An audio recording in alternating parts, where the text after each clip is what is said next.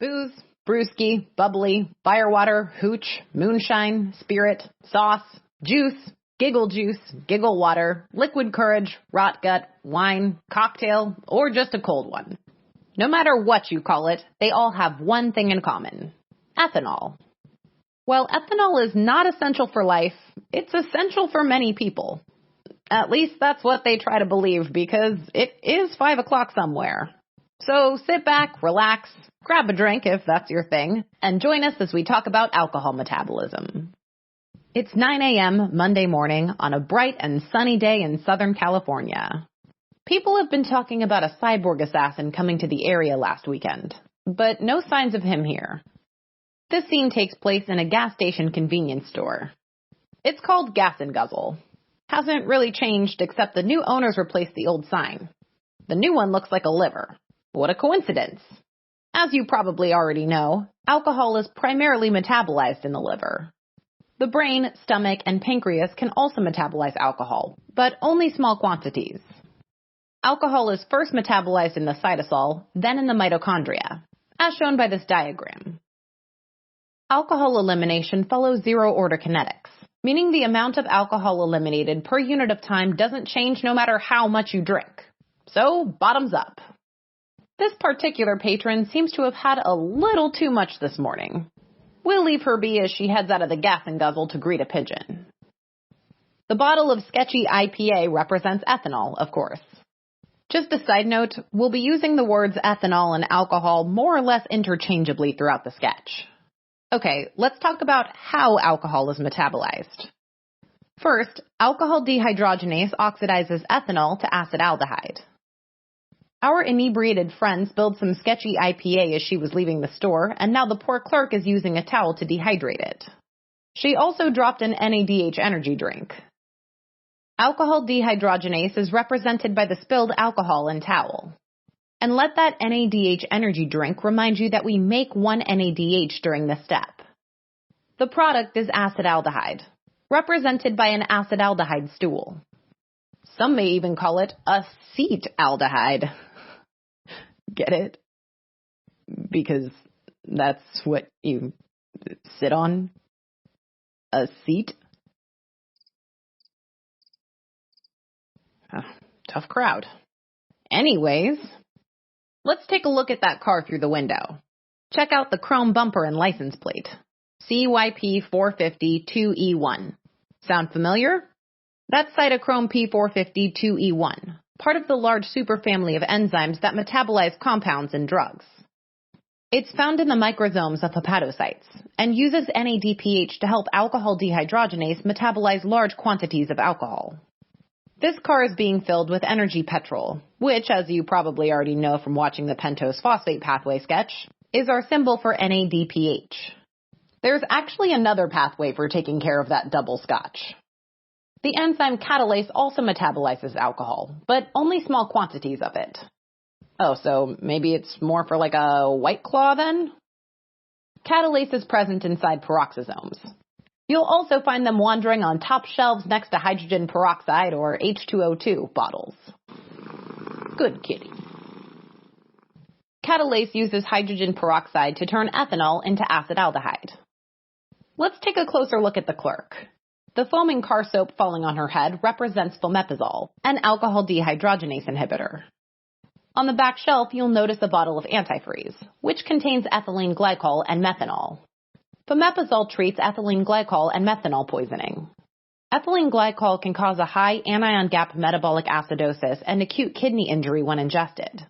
Alcohol dehydrogenase acts on ethylene glycol to form toxic metabolites. Methanol is often used as a gasoline additive, and it can also cause a high anion gap metabolic acidosis and vision problems because of accumulation of fulvic acid. Alcohol dehydrogenase oxidizes methanol into formaldehyde, which later becomes fulvic acid. Fomepizole inhibits alcohol dehydrogenase so that these toxic metabolites aren't made. Okay, let's move on to step 2. Acetaldehyde dehydrogenase oxidizes acetaldehyde to acetate. We drew a towel on top of the acetaldehyde stool to show acetaldehyde dehydrogenase. Our buzzed buddy accidentally left an NADH energy drink on the counter before leaving, and for good reason. because we make one NADH during this step.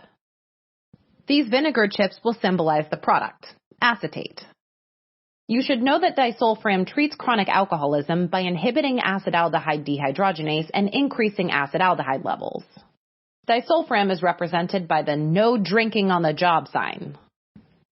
Excess acetaldehyde is believed to cause the symptoms associated with the hangover, like headaches, nausea, and vomiting. Therefore, anyone on disulfiram will experience severe hangover-like symptoms after consuming alcohol. In step 3, acetyl-CoA synthetase uses ATP to synthesize acetyl-CoA from acetate and CoA. The worker fixing a fridge containing acetyl-CoA using an ATP-powered drill is acetyl-CoA synthetase. The vinegar chips and cola represent the substrates, acetate and CoA, respectively. Okay, now that you know how alcohol is metabolized, let's consider what happens from a metabolic standpoint when you drink too much of it.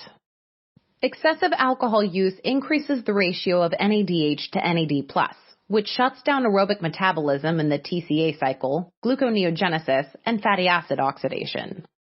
The fridge containing many unopened NADH drinks will help you remember that consuming alcohol results in accumulation of NADH. You're probably wondering how. Let's explain. First, aerobic metabolism takes a backseat to lactate synthesis. Instead of entering the TCA cycle, pyruvate is converted to lactate. This step is needed to regenerate NAD+. Excess lactate in the blood causes lactic acidosis, represented by spoiled milk in the fridge.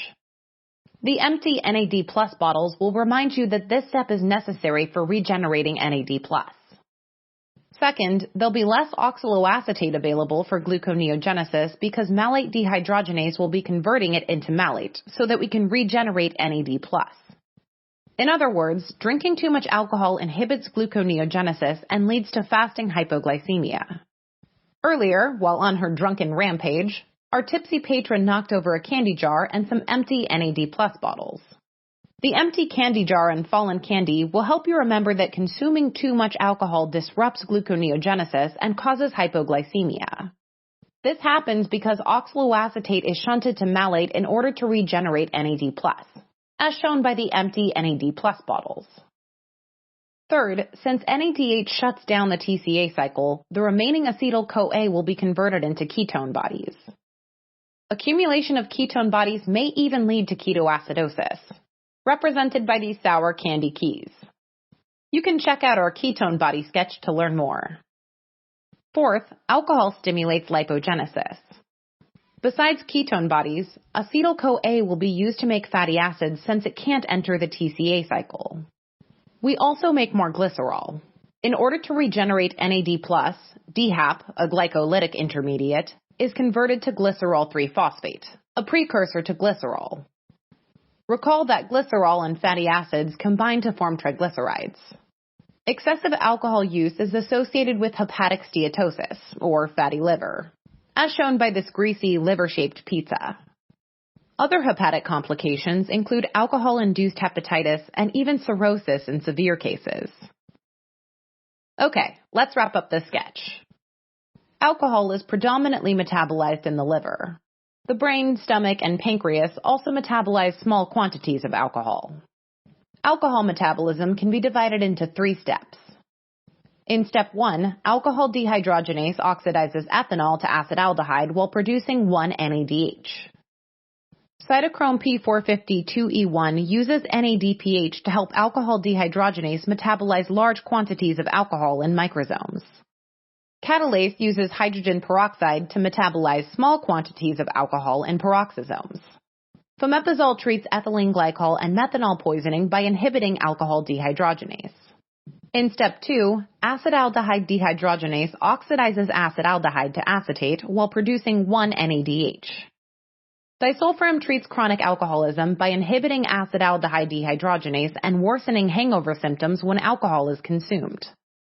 In step 3, acetyl-CoA synthetase uses ATP to synthesize acetyl-CoA from acetate and CoA. Alcohol increases the ratio of NADH to NAD+ inside hepatocytes and disrupts several important pathways, including aerobic metabolism in the TCA cycle, gluconeogenesis, and fatty acid oxidation. Excessive alcohol use may cause lactic acidosis, fasting hypoglycemia, and ketoacidosis. It also stimulates lipogenesis, which can result in hepatic steatosis.